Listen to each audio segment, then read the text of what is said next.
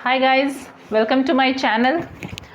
आज आप देख सकते हैं कि हमने टॉपिक में दिया हुआ है question paper of JSSC PGT biology 6/3/2018, मतलब जो रीसेंट लास्ट जो एग्ज़ाम हुआ है गाइस, उसके क्वेश्चन पेपर हम डिस्कस करेंगे।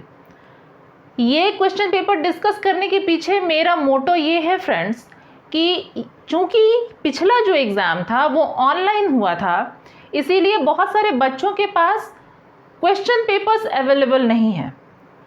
तो क्वेश्चन पेपर्स मैंने प्रिंट आउट निकाल करके अपने लास्ट एग्ज़ाम से मैंने रखा हुआ था और उसके बेसिस पे ही हम उन क्वेश्चंस को डिस्कस करेंगे। आपको बताएंगे कि कौन कौन से क्वेश्चन आए थे, किस तरह के क्वेश्चंस आते हैं एग्ज़ाम में, और आपको उसके अकॉर्डिंग ही अपनी तैयारी करनी है फ्रेंड्स। आपको देखना है कि किस टॉपिक से किस तरह का क्वेश्चन आया था। आपको फोकस्ड रह करके तैयारी करनी है, सिलेक्शन ऐसे नहीं हो जाएगा। आपको बहुत ही फोकस्ड रहना है। आपके पास टाइम कम है, आपके पास मटेरियल्स बहुत हैं, आपको सेलेक्टेड स्टडी करनी है फ्रेंड्स। जैसे आज मैंने अगर आपने मेरा वीडियो माइक्रोबायोलॉजी का बैक्टीरिया का अगर वीडियो देखा होगा गाइस, तो मैं बता दूं आपको कि मैंने उससे अभी पूरा वो वीडियो पूरा ख़त्म नहीं किया है। मैं बता दूं कि उस टॉपिक से क्या क्वेश्चन आया था। उस टॉपिक से क्वेश्चन आया था गाइस, रे फंगी किसे कहते हैं। ठीक है, रे फंगी के बारे में पूछा था कि ray fungi belongs to which kingdom. तो ये क्वेश्चन आया हुआ था guys, ray fungi belongs to which kingdom. इसमें आपको ऑप्शन मिला था रे फंगी। ठीक है, एक क्वेश्चन जैसे मैं बता रही हूं, रे फंगी से क्वेश्चन आया था, ray fungi belongs to which kingdom.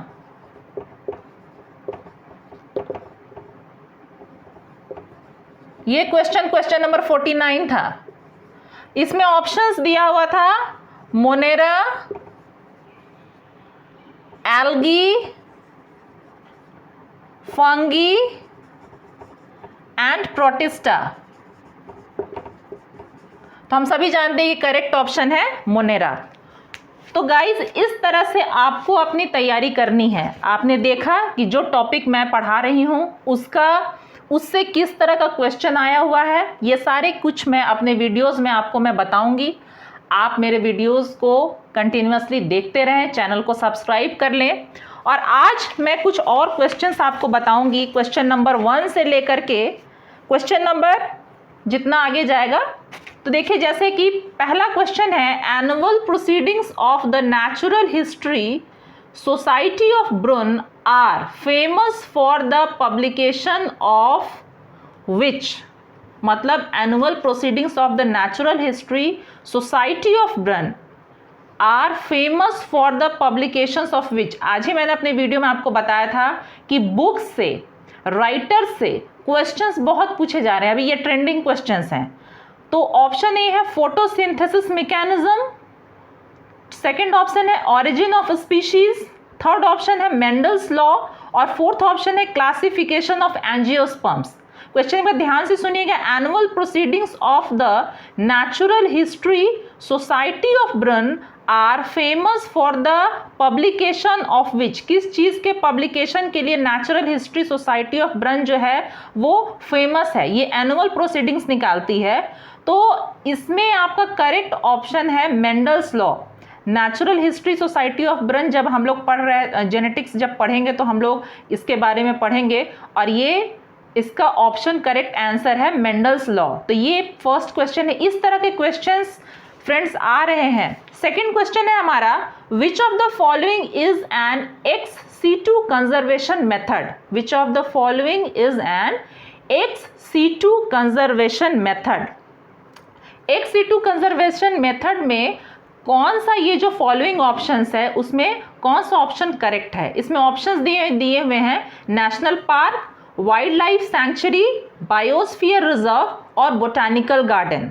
Options एक बार फिर से सुन लीजिएगा guys, national park, wild life sanctuary, biosphere reserve और बोटानिकल गार्डन। तो इसमें ex-situ कंजर्वेशन के लिए हम जानते हैं कि बोटेनिकल गार्डन जो है इसमें सबसे सही आंसर है। थर्ड क्वेश्चन देखते हैं friends, in which type of placentation the ovules are borne on the central axis and the septa are absent. In which type of placentation, देखिए प्लेसेंटेशन से क्वेश्चन है और कैसा क्वेश्चन है, in which type of placentation the ovules are borne on the central axis and septa are absent. जहां septa absent है आपका option है मार्जिनल, एक्साइल, एस्टिवेशन और फोर्थ है फ्री सेंट्रल। हम जानते हैं कि इसमें करेक्ट ऑप्शन हमारा होगा फ्री सेंट्रल। नेक्स्ट क्वेश्चन है question number 4, what is the life span of human erythrocyte. बहुत इजी क्वेश्चन है, तो इस तरह के सिंपल क्वेश्चंस भी रहेंगे, लेकिन सिलेक्शन आपको दिलाएगा जो एवरेज और एबव एवरेज क्वेश्चंस रहेंगे, क्योंकि जो सिंपल क्वेश्चंस रहेंगे वो तो 50% सिंपल क्वेश्चंस ही रहेंगे, लेकिन 50% में कहीं सिलेक्शन नहीं होता है किसी भी कंपटीशन में। आपको 75 क्रॉस करना है, 75% क्रॉस करना है, तो सिलेक्शन के लिए आपको एवरेज और एबव एवरेज क्वेश्चंस तक आपको जाना होगा सर, उसको करेक्ट करना पड़ेगा। तो इसमें देखिए what is the life span of human erythrocyte, option है 60 days, 300 days, 40 days and 120 days. तो सब ये बड़ा सिंपल क्वेश्चन है, इसका आंसर 120 डेज होगा। नेक्स्ट क्वेश्चन देखते हैं, which of the following cell organelles are present in animal cells but absent in plant cells. ये भी गाइज बड़ा सिंपल क्वेश्चन है, which of the following cell organelles are present in animal cells but absent in plant sales. Options lysosomes, centrioles, vacuoles, ribosomes. तो इसका सभी जानते हैं, इसका करेक्ट आंसर होगा सेंट्रियोल्स। तो देखिए ये दोनों क्वेश्चंस, देखिए गाइज ये दोनों क्वेश्चन सिंपल क्वेश्चंस हैं, लेकिन जो पहला क्वेश्चन हमने डिस्कस किया था वो डिफिकल्ट क्वेश्चंस था। लेकिन नेक्स्ट क्वेश्चन हम बात कर रहे हैं, sickle cell anaemia is inherited as. Sickle cell anaemia से क्वेश्चन है, देखिए sickle cell anaemia is inherited as autosomal dominant, B X linked dominant, C heterozygous trait, D autosomal recessive. Guys इसका correct answer होगा autosomal recessive. तो इस तरह से देखिए कि जेएसएससी पीजीटी 2018 के एग्जाम में किस तरह के क्वेश्चंस थे और कहां तक उन्होंने अपना लेवल पहुंचा रखा है। और मैं बार बार आपको बता रही हूं कि ये लेवल नीचे नहीं जाएगा, ये लेवल मेंटेन रहेगा। और जहां तक सोचिए कि 1-2% लेवल ऊपर जाएगा, लेवल नीचे नहीं आने वाला है। तो आपकी तैयारी इसको, इन क्वेश्चंस को फोकस में रखकर होनी चाहिए। गाइज नेक्स्ट क्वेश्चन में हम बढ़ते हैं, the deficiency of which of the following elements will affect the plant foliage to a yellowish discolour. The deficiency of which of the following element will affect the plant foliage to a yellowish discolouration. आपका option है sulphur, zinc, nitrogen, magnesium. तो हम सब जानते हैं कि nitrogen के deficiency की वजह से प्लांट का जो फोलिएज होता है वो येलो कलर में चेंज होने लगता है।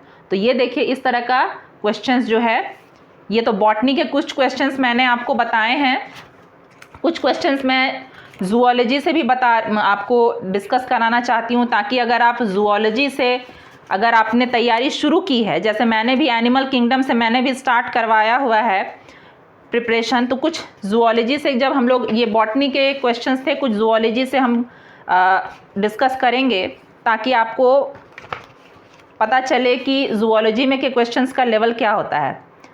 एक क्वेश्चन मैं जूलॉजी से डिस्कस कर रही हूँ, the most abundant component of cell matrix is. Cell matrix का सबसे ज़्यादा एबंडेंट कंपोनेंट क्या होता है? Water, carbohydrates, proteins, fat. कौन सा? ऑप्शन ए है आपका water, option B carbohydrates, option C proteins and option D fat.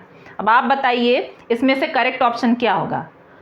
ये तो बड़ा सिंपल क्वेश्चन है, इसमें तो वाटर, ऑब्वियस सी बात है, वाटर होगा सबसे ज़्यादा एबंडेंट अगर सेल मैट्रिक्स की जहां हम बात कर रहे हैं। नेक्स्ट क्वेश्चन आता है, dash bring about intracellular digestion of the cell. देखिए गाइज ये भी क्वेश्चन बड़ा इजी है। Dash brings about intracellular digestion of the cell. Option है nucleolus, option B plasma membrane, option c smooth endoplasmic reticulum, option d lysosomes. तो intracellular digestion की जहां भी बात आएगी तो ये लाइसोसोम्स होगा। थर्ड नंबर है क्वेश्चन जूलॉजी में। मैंने आपको पहले ही बता रखा है कि 75 क्वेश्चन आपको बॉटनी से मिलेंगे और 75 क्वेश्चन जूलॉजी से मिलेंगे। तो 75 फर्स्ट पोर्शन बॉटनी में से कुछ मैंने आपको 6-7 क्वेश्चन डिस्कस करके बताए हैं और अभी मैं कुछ जूलॉजी के क्वेश्चंस मैं बता रही हूँ आपको। Synthesis of glycogen in the cell is done by, synthesis of glycogen in the cell is done by granular endoplasmic reticulum, option b agranular endoplasmic reticulum, option c vacuoles and option d peroxisomes. तो यहाँ पे option हमारा correct option होगा ए granular endoplasmic reticulum. अब देखिए फिर animal kingdom से question है गाइज। एनिमल किंगडम से बहुत क्वेश्चंस रहते हैं जूलॉजी में। एनिमल किंगडम वो टॉपिक है जहाँ से क्वेश्चंस पूछे जाते हैं और एकदम आपको ज़्यादा क्वेश्चंस पूछे जाएंगे इससे। लास्ट ईयर का ये ट्रेंड मैंने देखा हुआ है। The correct sequence of larval stages during the development of Fasciola is, the correct sequence of larval stages, larval stages का सीक्वेंस आपको बताना है during the development of Fasciola. Option 1 cercaria, miracidium, sporocyst and metacercaria, option b miracidium, sporocyst, redia, cercaria, metacercaria, option c miracidium, redia, sporocyst, metacercaria. मतलब आपको larval stages का sequence आपको जानना है और मैं इसका करेक्ट ऑप्शन आंसर बता देती हूँ, miracidium, sporocyst, redia, cercaria and metacercaria. आपको सिर्फ लार्वल फॉर्म नहीं जाना है, लाइफ हिस्ट्री पढ़ना है चूंकि। तो लाइफ हिस्ट्री में जो डिफरेंट जो होस्ट हैं और कौन कौन सा उसमें स्टेजेस, लार्वल स्टेजेस, किस किस होस्ट में कौन कौन सा लार्वल स्टेजेस पाया जाता है, तो वो सारा आपको जानना है। फिर देखिए dash is known as pork tapeworm. मैं आपको बार बार बोल रही हूँ कि कॉमन नेम और बायोलॉजिकल नेम ये दोनों जानिए, ठीक है। तो मैंने पोरीफेरा के क्लास में आपको बताया हुआ है कि कैसे आप कॉमन नेम और बायोलॉजिकल नेम दोनों का इंपॉर्टेंस है। और दोनों ये इस कॉमन नेम और बायोलॉजिकल नेम से भी गाइस बहुत क्वेश्चंस रहते हैं। तो पॉर्क टेपवर्म का पूछा है, जैसे कॉमन नेम दिया हुआ है पॉर्क टेपवर्म और आपको उसका साइंटिफिक नेम बताना है।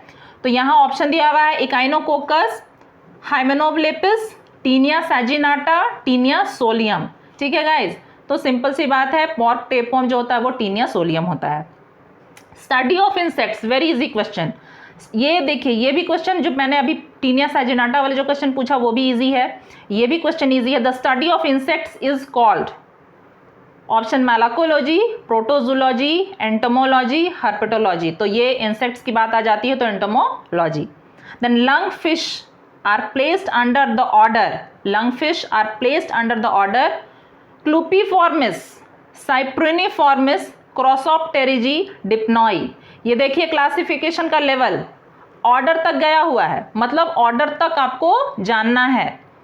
ये लंगफिश को किस ऑर्डर में रखते हैं, तो लंगफिश को ऑर्डर हम लोग डिप्नॉई में रखते हैं। फिर देखिए बहुत सिंपल सा question, dash is commonly called as moon jelly, ठीक है। ये सिलिंट्रेट से क्वेश्चन है, dash is commonly known as moon jelly. मैं आपको बार बार बोल रही हूँ कि आप साइंटिफिक नेम और कॉमन नेम दोनों, बायोलॉजिकल नेम और कॉमन नेम दोनों याद रखिए। और खासकर वैसे क्वेश्चंस जैसे कि आपको पूछेगा jellyfish belongs to which phylum, जो थोड़ा सा कंफ्यूजिंग है। आप कहिएगा जिन्होंने नहीं पढ़ा है वो उनको पता नहीं होगा कि वो किस फाइलम में है, ठीक है। तो इस तरह के क्वेश्चंस एकदम वो फेवरेट क्वेश्चंस होते हैं गाइस। आप सब कोई ना कोई एग्ज़ाम देकर के आए हुए ही हैं यहाँ तक, तो वो फेवरेट क्वेश्चंस होते हैं, वो क्वेश्चंस ज़रूर आते हैं। तो dash is commonly known as moon jelly, Gorgonia, Metridium, Meandrina, Aurelia. तो moon jelly, Aurelia, moon jelly एकदम याद रखिएगा, चांद जैसी जेली, ऑरेलिया। नेक्स्ट है question, the dash provide nourishment to the developing sperms, dash provide nourishment to the developing sperms. Sperms के development के time पे नरिशमेंट उसे कौन प्रोवाइड करता है? Primary spermatocytes, primordial germ cells, Sertoli cells, secondary spermatocyte. Sertoli cells वे sales हैं जो कि डेवलपिंग स्पर्म्स को न्यूट्रिशन प्रोवाइड करते हैं guys. Thrombocytes are nothing but, very easy question. इस पेज में जितने भी क्वेश्चंस हैं गाइस सारे इजी क्वेश्चंस हैं, और जिस पेज में हार्ड क्वेश्चंस आते हैं तो वो सारे क्वेश्चंस जो सीक्वेंस से हार्ड क्वेश्चन आने लगते हैं। तो जब आदमी इंसान जब उन क्वेश्चंस को सॉल्व करता है और एक के बाद एक क्वेश्चंस नहीं आने लगते हैं ऑप्शन, तो उस टाइम पे हम लोग नर्वस हो जाते हैं एग्जाम में। तो ये देखिए, जब हम लोग इन क्वेश्चंस को सॉल्व करते हैं तो हमारा कॉन्फिडेंस लेवल बढ़ने लगता है कि अच्छा मुझे तो सारे क्वेश्चंस आ रहे हैं। Thrombocytes are nothing but blood. Option A WBC, option B plasma, option C platelets and option D RBCs। तो हम सब जानते हैं कि थ्रोम्बोसाइट्स क्या हैं? ब्लड प्लेटलेट्स हैं। देखिए एक क्वेश्चन और मैं आपको बताती हूँ। Two closely related species thriving in different ecological conditions within same territory but with formation between them is an example of two closely related species thriving in different ecological conditions within same territory but with कुछ कुछ यहाँ पे छूट गया है, print आया नहीं है। with formation between them is an example of behavioural isolation. Animal behaviour से क्वेश्चन है गाइज ये। Mechanical isolation, habit isolation, seasonal isolation. It is habitat isolation. एक क्वेश्चन मैंने पहले आपको डिस्कस किया हुआ है प्रोटोजोआ में। Gliding type of movement in protozoans is due to presence of gliding type of movement, locomotion in protozoans. इसे question है स्यूडोपोडिया, मायोनीम्स, फ्लैजिला, सीलिया। ठीक है, तो इसका करेक्ट ऑप्शन मैंने बताया था, ग्लाइडिंग जो मूवमेंट होता है वो मायोनीम्स के द्वारा होता है ना। तो और जो ये युग्लिना में देखा जाता है। तो ये मैंने आपको ये क्वेश्चन पहले डिस्कस कराया हुआ है। Peripatus belongs to the class. पेरिपेटस जो होता है वो कनेक्टिंग लिंक होता है, ठीक है। Belongs to the class Insecta Onychophora. मुझे याद है जब हम लोग माइनर फाइलम्स पढ़ते थे ग्रेजुएशन में, तो ये पढ़ना था ओनाइकोफोरा पेरिपेटस। तो ये सिंपल क्वेश्चन ही है। Peripatus belongs to the class Insecta Onychophora Mandibulata Chelicerata. तो ये सारा इंसेक्ट्स हैं। बाकी ये जो है ओनाइकोफोरा में ये क्लास ओनाइकोफोरा का मेंबर होता है पेरिपेटस, जिसको बाद में माइनर फाइला, अलग से एक माइनर फाइला में इसको रखा गया। देन एक क्वेश्चन देखिए, बहुत easy question. The binomial system of nomenclature was introduced by. सबको पता है ये इसका आंसर, लीनियस। इसमें ऑप्शन बताने की ज़रूरत भी नहीं है। इस तरह के क्वेश्चंस में आपको ऑप्शंस टाइम वेस्ट करने की ज़रूरत नहीं है। फट से आपने देखा एल लीनियस, मार दीजिए उसमें टिक। फिर आप देखिए divergence of species without geographical separation is called. Simple सा क्वेश्चन है, straightforward question. Divergence of species without geographical separation is called allopatric speciation, con speciation, sympatric speciation, incipient speciation. तो आपको ये पता है इसका आंसर सिम्पैट्रिक स्पेशिएशन होगा, ठीक है। तो फ्रेंड्स इस तरह हमने अभी लगभग 15-16 क्वेश्चंस जूलॉजी के और 7-8 क्वेश्चंस बॉटनी के डिस्कस किए। आने वाले लेक्चर्स में हम लोग और ज़्यादा क्वेश्चंस डिस्कस करेंगे। ये क्वेश्चंस डिस्कस करने का मेरा मोटो ये था फ्रेंड्स कि हम लोग तैयारी जो है टू द पॉइंट करें कि किस तरह के क्वेश्चंस आ रहे हैं और उसको ध्यान में रखकर हम अपनी तैयारी उसके अकॉर्डिंगली करें। बहुत डीप जाने की ज़रूरत नहीं है, छोटी छोटी चीज़ें पूछी जा रही है। मून जेली से क्वेश्चन है, रे फंगी से क्वेश्चन है। तो ये सारी चीज़ें जब आप प्रोकैरियोट्स पढ़ रहे हैं, मोनेरा पढ़ रहे हैं, आपने सब कुछ पढ़ लिया, कॉन्जुगेशन कैसे होता है, लेकिन अगर आपने रे फंगी नहीं पढ़ी तो फिर हो सकता है कि ये क्वेश्चन आपका छूट जाए।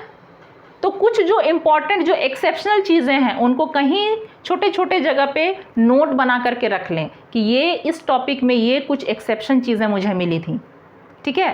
तो इस तरह से पढ़ाई करेंगे फ्रेंड्स तो सिलेक्शन पक्का है, आपका सिलेक्शन कोई नहीं रोक पाएगा। और हमारे साथ हमारे चैनल पे बने रहें, आने वाले अपडेट्स, क्वेश्चंस जानने के लिए अपडेट्स लेते रहें।